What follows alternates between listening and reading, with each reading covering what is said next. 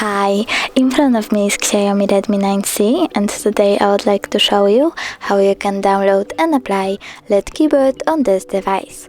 Firstly, open Play Store, then type LED keyboard and download this app from this developer.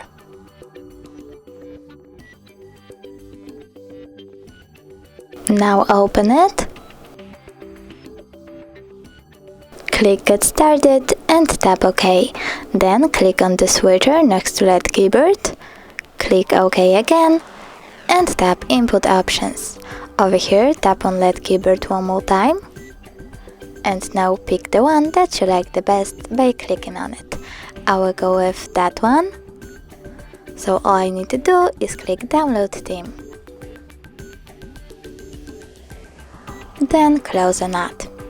Now when I go back, I can see that my keyboard has changed.